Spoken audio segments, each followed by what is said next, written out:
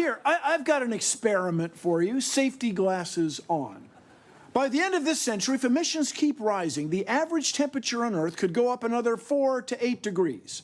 What I'm saying is the planet's on fucking fire. There are a lot of things we could do to put it out. Are any of them free?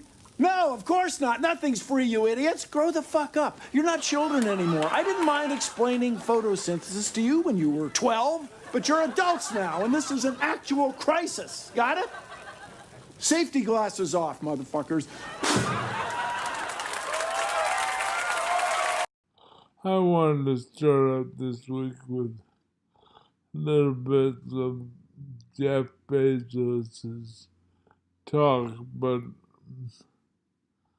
I'm getting copyright blocked a lot. I really only use material from the media stream on Fridays, and in this case, Jeff's stuff is all locked, and so I will just press on. A White House report that says global warming threatens every part of the U.S. This isn't something in the distant future. Climate change is already affecting us now. Now. Smart move, Obama. That is a key shift in how to talk about climate change, because we've all proven that we cannot be trusted with the future tense. We've been repeatedly asked, don't you want to leave a better Earth for your grandchildren? And we've all collectively responded, fuck 'em. But incredibly, this latest damning scientific report may still face an uphill climb with some of us. There's that Gallup poll that came out last month, which found 1 in 4 Americans is skeptical of all the effects of climate change and thinks this issue's been exaggerated. Who gives a shit? That doesn't matter. You don't need people's opinions on a fact. You might as well have a poll asking which number is bigger, 15 or 5. Or do owls exist? Or are there hats? The debate on climate change should not be whether or not it exists. It's what we should do about it. There is a mountain of research on this topic. Global temperatures are rising, heat waves are becoming more common, sea surface temperatures are also rising, glaciers are melting, and of course no climate report is complete without the obligatory photo of a polar bear balancing on a piece of ice. The only accurate way to report that 1 out of 4 Americans are sceptical of global warming is to say, a poll finds that 1 out of 4 Americans are wrong about something. Because a survey of thousands of scientific papers that took a position on climate change found that 97% endorsed the position that humans are causing global warming.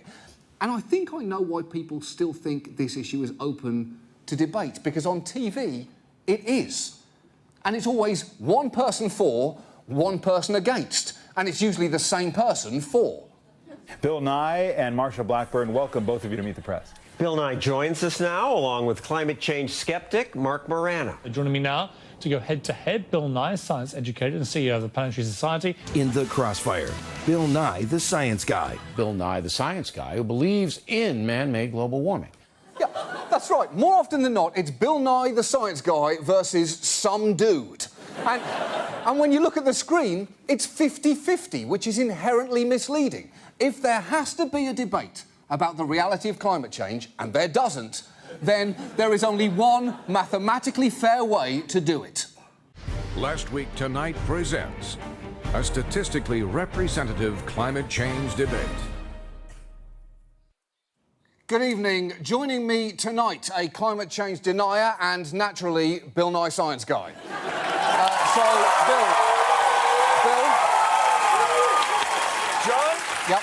Humans are causing climate change? No question. Wait. Before we begin, in the interest of mathematical balance, I'm going to bring out 2 people who agree with you, climate skeptic, and Bill Nye, I'm also going to bring out 96 other scientists.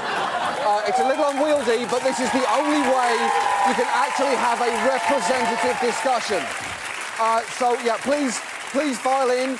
Again, this is going to make the debate difficult. We shouldn't really be having it in the first place. But, so, representationally, climate skeptic, please make a case against climate change. Well, I just don't think all the science is in yet. It's settled. Okay, and what is the overwhelming view of the entire scientific community? Well... Okay. Any response to that? Any response? I can't hear you over the weight of scientific evidence.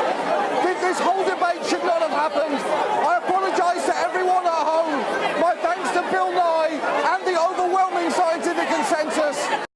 Really, the only thing those two pieces have in common is they dropped the F-bomb. People are getting more and more sure, though.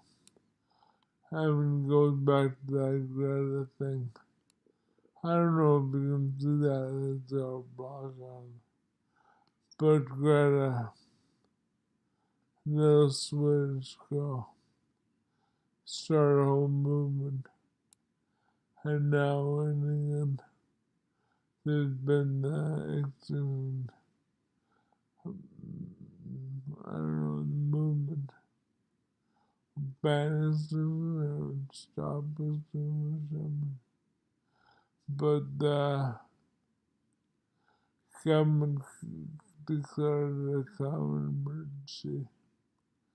So England's on board with that. Not that Canada's in there, even close, or America. But whatever. Fully charged, this time coming to you from a ferry crossing from Denmark to Sweden. Burning bunker fuel? No, not this one. This one is 100% electric.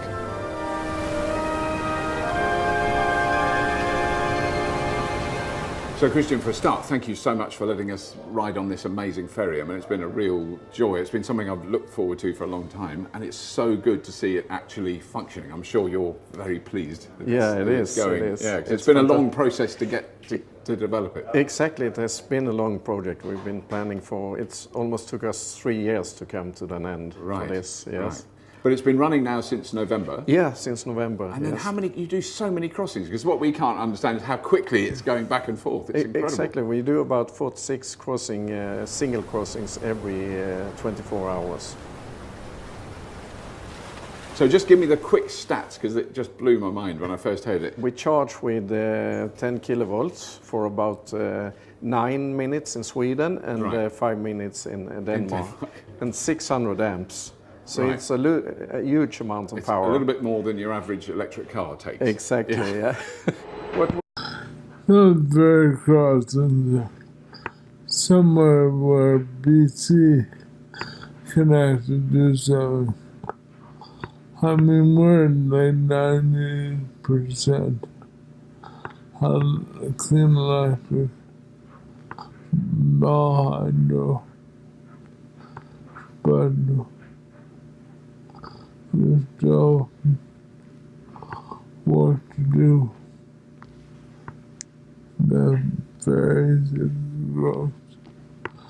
Ferries blow diesel film. And also for our thermoelectric is there for 2 or 3%. But I think the real best is to get activists going to 120% clean power. That's we can export. Hello and welcome to Carbon Removal Newsroom. I'm Ross Kenyon. Thanks for joining us. Today I have with us Eric Matzner, co-founder of Project Vesta. Eric, thanks for joining us. What is Project Vesta? Hi, Ross. Thanks for having me. Project Vesta is a project to help remove CO2 from the atmosphere by accelerating the weathering of a special type of rock on beaches. Wow, that was very succinct. Yes, that is my understanding from reviewing your materials as well. A colleague of mine, Paul Gamble, nudged me the other day and said, hey, this nonprofit just left stealth mode. You should check this out. So what have you been working on and how exactly does your project work? Well, our project works in the same method that Earth works to remove CO2 in the carbon cycle. So if you haven't studied geology or carbon cycle recently, basically volcanoes put up CO2, goes in the air, interacts with water, becomes acidic, rains down on rocks. Those rocks that are made from volcanic materials then run into the ocean and become materials for corals, calcium carbonate that is used in the shells. Those shells then turn into corals and limestone. That limestone eventually gets subducted down under the sea, and in a few million years, it could come up again as a volcano. So that means there is a process for Earth to remove CO2. And so we know that the last 3 ice ages have been caused by exposure and weathering of volcanic or ultramafic rock around the equator. And so we're looking to harness Earth's natural process to make it better, faster, and more optimal, because we can choose a location and the right type of rock, which Earth cannot. Artificial gravity. It's an essential plot element in most science fiction stories. But do any of those stories actually get artificial gravity right? Whether you realize it or not, artificial gravity is essential to most sci-fi sagas. Think about it. Jean-Luc Picard loses some gravitas if he's floating around like a balloon. And drama aside, the high cost of shooting realistic zero-G scenes for TV and movies is just another rationale for inventing some kind of mechanism for artificial gravity on spaceships. The emphasis here is on inventing. Most artificial gravity that's just there, either through some kind of gravity generators or fictitious gravity plating, seems to conflict with known physics. Star Wars, Battlestar Galactica, Star Trek, Andromeda, the Ridley Scott Alien Prometheus series, all of them use this trope. But with the exception of Star Trek, none of them even bother with a detailed explanation. Whether you want to think of gravity in the Newtonian sense or the Einsteinian sense, the problem persists. There's simply no known way to produce the equivalent of 1 Earth G on stacked, flat surfaces like decks of a ship in any localized region of space. You'd need either enormous amounts of mass, so much that you'd basically have a planet and not a starship, or you'd need something exotic like gravitationally repulsive negative mass, which doesn't exist. And no, for technical reasons, I don't think dark energy would be a solution to this problem. In this episode, we're going to stick to franchises that use the only semi-realistic way we know of to get artificial gravity, namely, rotating your spaceship. Alright, so how exactly does rotation simulate gravity?